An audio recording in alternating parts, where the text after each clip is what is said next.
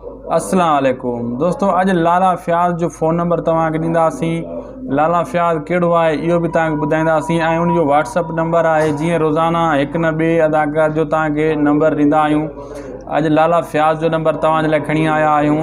अगरि ज़हर ज़िंदगी ड्रामो दोस्तों तव्हां ॾिठो आहे त उन में तव्हां ॾिठो हूंदो लाला फयाज़ उहो आहे जेको जंहिं बकरार जो किरदारु अदा कयो हुयो, जंहिं आचर जहिड़े माण्हू खे सुधारे छॾियो हुयो, लाला फयाज़ ज़हूर साहब।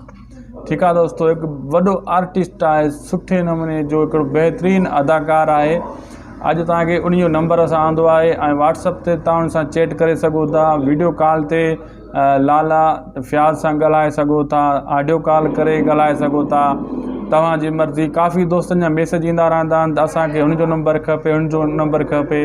दोस्तों नंबरवार नंबर ॾींदा ईंदासीं, जंहिं अदाकारनि जा नंबर तव्हां वटि पुॼी चुका आहिनि, जेका रहियल आहिनि उहे बि शाहिद खुसो वीलोग यूट्यूब चैनल ते मिली वेंदा। इन्ही चैनल ते मुंहिंजो चैनल आहे शाहिद खुसो वीलोग यूट्यूब चैनल, उहो आहे जेको सभ खां पहिरियां तव्हांखे अपडेट ॾींदो आहे। मुहबतनि जो माग हुजे, ज़हर ज़िंदगी हुजे, चाहे कहिड़ो बि ड्रामो, सीज़न 2 जी सभ खां वधीक आवाज़ अगरि उथारी आहे त उहा मूं उथारी आहे। ज़हर ज़िंदगी सीज़न 2 जे बारे में तव्हां दोस्तनि खे मूं चयो आहे त तव्हां मैसेज लिखो, जीअं सिंध टीवी वारा वरी सीज़न 2 तैयारु करनि। सभ खां पहिरियां आवाज़ मूं उथारी हुई। अञा ताईं मां चवां थो पियो, हर माण्हू इहा ई ॻाल्हि करे थो, मैसेज करे थो त ज़हर ज़िंदगी सीज़न 2 अचे ऐं ड्रामे जो एंड को सुठे नमूने सां कयो वञे। ऐं अगरि ज़हर ज़िंदगी सीज़न 2 अचे थो त उन में शुरू में ई कमाल खान खे मारे लिटाइनि, को वरी ॿियो विलन अचे, को ॿियो गुंडो अचे, इन मां माण्हू तंग थी विया आहिनि ऐं अदाकार बि को सुठो अचे।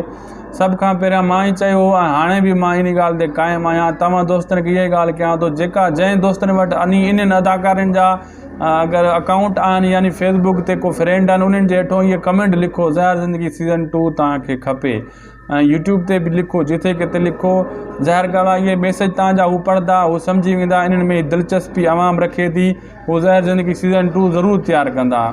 दोस्तों इहो मूंखां ॻाल्हि विसरी वई, शुरू में विच में नंबर हलंदो थो वञेव। लाला फयाज़ जो हली चुको हूंदो घणो कर नंबर, हाणे पूरो थियण वारो हूंदो। इहो नोट तव्हां करे आया हूंदव, जे नोट न कयो अथव त वीडियो पोइना करे, इहो नंबर विच में हिकु थी हलियो आहे, हाणे ताईं पूरो थी वियो हूंदो। इहो नंबर नोट करे ऐं लाला फयाज़ सां तव्हां ॻाल्हाए सघो था।